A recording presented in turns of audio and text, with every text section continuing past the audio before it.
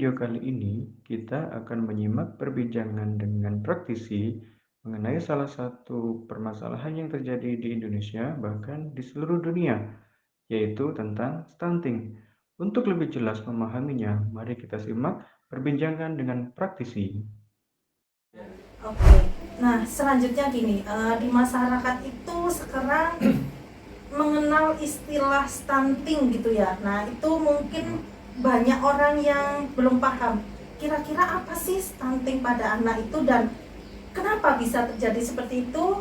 Dan apakah ada upaya untuk pencegahan stunting pada seseorang, terutama pada anak itu? Stunting karena memang Iya. lagi apa Hit gitu ya? program ya. Iya betul. Apalagi masuk program pemerintah. Iya. Era Jokowi itu kan bebas stunting gitu. Nah, itu masuk di SDGs itu ya mungkin Iya. ya, salah satu program pemerintah. Iya. Oke. Kalau stunting sendiri itu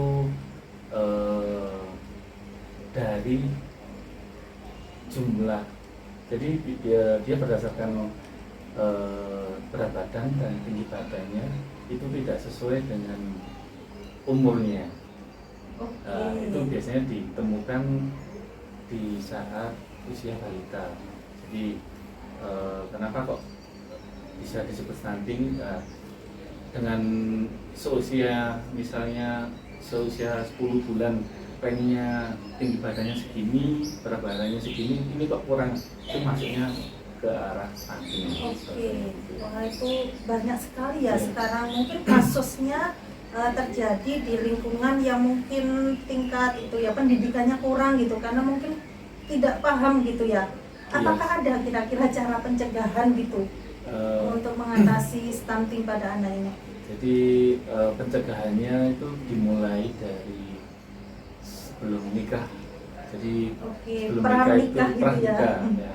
pranikah itu kenapa sekarang setiap wanita menstruasi itu diwajibkan minum zat besi Fe. Kalau di apoteker itu beli itu namanya vitamin Fe, bilang gitu aja. Nanti itu diminum saat haid, itu ada penggunaannya.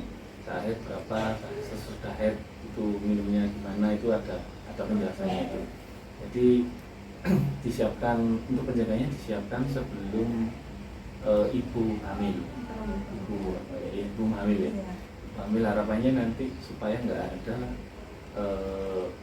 lahir bayi dengan kondisi stunting tadi. Jadi nutrisi yang dimakan ibunya juga harus baik, bagus, dan yang paling penting kayaknya stres pada saat kehamilan. Di stres saat kehamilan meskipun nutrisinya asupan bagus, itu juga pengaruh nanti ke kondisi. Jadi tergantung dari orang tuanya ya, terutama si ibu juga gitu. Iya. Bagaimana mungkin nutrisi yang dimakan gitu ya, kemudian menjaga pola makan itu, tidak mudah stres dan lain sebagainya. Oke, ya.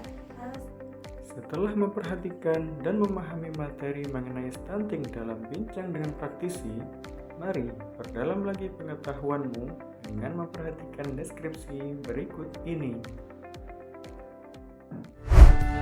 Stunting merupakan sebuah kondisi di mana tinggi badan seseorang lebih pendek dibandingkan dengan tinggi badan orang lain pada umumnya yang seusia.